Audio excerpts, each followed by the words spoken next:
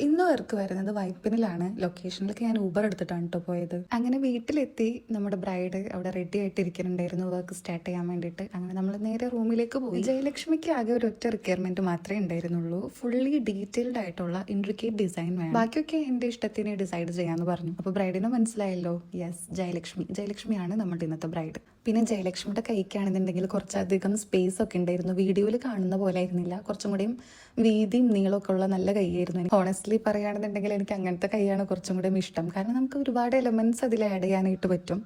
പക്ഷെ നമ്മൾ നോർമലി ഇടുന്നതിലും കുറച്ചധികം ടൈം എടുക്കും. അങ്ങനെ ഞാൻ ലോട്ടസ് വെച്ചിട്ടാണ് ജയലക്ഷ്മിയുടെ വർക്ക് സ്റ്റാർട്ട് ചെയ്തത്. പിന്നെ ഇന്ന് ജയലക്ഷ്മിക്ക് വേറെ ഫംഗ്ഷൻ ഒന്നുമില്ല, ലൈക്ക് ഹൽദി അങ്ങനത്തെ പരിപാടിയൊന്നും ഇല്ലാത്തതുകൊണ്ട് നമുക്ക് ടൈം ലിമിറ്റ്സ് ഒന്നും ഉണ്ടായിരുന്നില്ല. എങ്ങനെ വേണമെന്നുണ്ടെങ്കിലും ടൈം എടുത്ത് ചെയ്യാനുള്ള ഒരു ഫ്രീഡം ഉണ്ടായിരുന്നു. പിന്നെ ഇതിൽ മോസ്റ്റ് സ്പെഷ്യൽ ആയിട്ടുള്ള ഒരു കാര്യം എന്ന് വെച്ചിട്ടുണ്ടെങ്കിൽ ജയലക്ഷ്മിയുടെ സിസ്റ്ററിൻലോടെ മെഹന്തി ഞാൻ 3 വർഷം മുന്നേ ചെയ്തിട്ടുണ്ടായിരുന്നു. അപ്പോൾ അവിടെ നിന്നാണ് വീണ്ടും എന്നെ കോൺടാക്ട് ചെയ്തിട്ടുണ്ടായിരുന്നത്. പിന്നെ ജയലക്ഷ്മിനെ പറ്റി പറയുകയാണെന്നുണ്ടെങ്കിൽ ആൾ നല്ല സ്വീറ്റ് ആയിരുന്നു ആൻഡ് ഒരു കംപ്ലീറ്റ് എന്റർടൈനറും കൂടെ ആയിരുന്നു. അതുകൊണ്ട് തന്നെ നമുക്ക് നല്ല രീതിക്ക് കംഫർട്ടബിൾ ആയിട്ടിരുന്ന് വർക്ക് ചെയ്യാനായിട്ട് പറ്റി.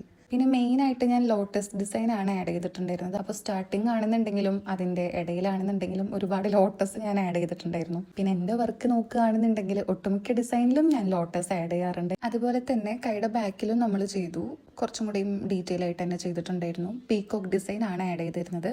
ആൾ പീക്കോക്ക് വേണമെന്നൊന്നും പറഞ്ഞിട്ടുണ്ടായിരുന്നില്ല, പക്ഷെ ഞാൻ അങ്ങനെ ആഡ് ചെയ്യായിരുന്നു. എൻ്റെ ഇഷ്ടത്തിന് ഞാൻ പീക്കോക്കൊക്കെ ആഡ് ചെയ്തു. പറഞ്ഞ പോലെ തന്നെ നമ്മൾ ഓൾമോസ്റ്റ് ഫില്ലായിട്ട് ഡീറ്റെയിൽഡ് ആയിട്ട് ഡിസൈൻ ചെയ്തിട്ടുണ്ട്. അപ്രോക്സ് ഒരു 4 to 5 hours നമ്മൾ കൈയുടെ ഫ്രണ്ടും ബാക്കും കംപ്ലീറ്റ് ചെയ്തിട്ടുണ്ടായിരുന്നത്. അപ്പോൾ ഇതാണ് ഫൈനൽ ഡിസൈൻ വരുന്നത്. ജയലക്ഷ്മിക്കും വർക്ക് ഒരുപാട് ഇഷ്ടമായിട്ടുണ്ട്.